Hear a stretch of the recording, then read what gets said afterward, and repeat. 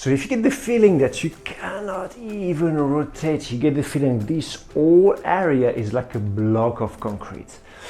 You've probably tried massaging, stretching, but you know sometimes what can actually help you is to bring more awareness and activation around this area, connecting thoracic cage and pelvis so that you can move with a bit more smoothness or a bit more smooth, you know, and have less tension by simply activating muscle obliques and having more pelvis mobility connecting with the thoracic cage. And this is what I want to help you with today with a beginner's exercise, simple to execute and no equipment needed. I want you to be afterwards to feel that you're less tension, more mobility around the trunk and more control as well for your walk, for your training or just your everyday life. Let's get started. Okay, so for this exercise, a wall, a floor. Easy, no equipment needed, I told you. So, you set yourself up, you go on your side, put your feet against the wall. I don't want you to push with your feet against the wall. It's just as a support, as a base, as to give you cues, okay? What you do is you put both knees on top of one another. Try to get your spine as neutral as possible, not too much curve on the lower back, not rounding too much, just try to make it neutral. And what you want to do is you want to create a momentum. And you don't want to push trying to fill the stretch. It's not about that, it's trying to create a momentum, thoracic cage and pelvis. So what you do is you're first gonna shift this leg, the top leg forward, shift the knee forward, and at the same time you're opening your rib cage.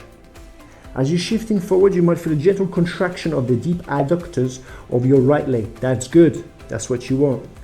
And you open the thoracic cage, and then again, you drive back your knee, so your hip is driving back. Now you're gonna feel the deep adductor on the left side, and then you gently rotate the thoracic cage. You are welcome to bring your arm forward, and again, look, and back, and forward is like contralateral. My hips is moving back, my thoracic cage is moving, rotating opposite way. This is moving forward, this side of the thoracic cage is moving back. Okay, that's the first step. First step. Now, the second step will be to activate a bit more the side obliques here that are most too often dormant. So again, we go back in the same position here as before. Okay, and what you want to do, you can put your arm like this underneath, same position, neutral spine. And what you want is you want to bring your hip up and gently lift your rib cage to have a gentle contraction. Don't look for too much contraction, just a little bit. And then you push your hip away.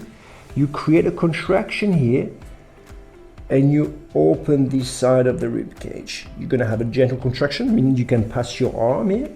You hold it for 2-3 seconds, and again. Oh, microphone.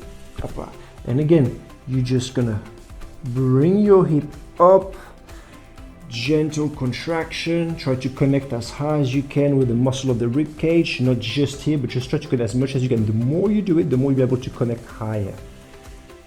And down, and up. Keeping your knees stacked up and down. And you do both sides, obviously, and see how that goes. Be gentle, don't force anything, and check your walking and check how you feel afterwards. Most likely your walking will feel smoother, you will have less tension on your lower back.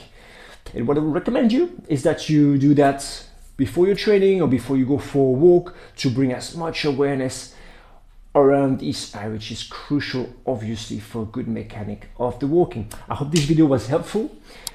Don't forget to subscribe and like the video, and stay tuned for some more videos. Keep it up.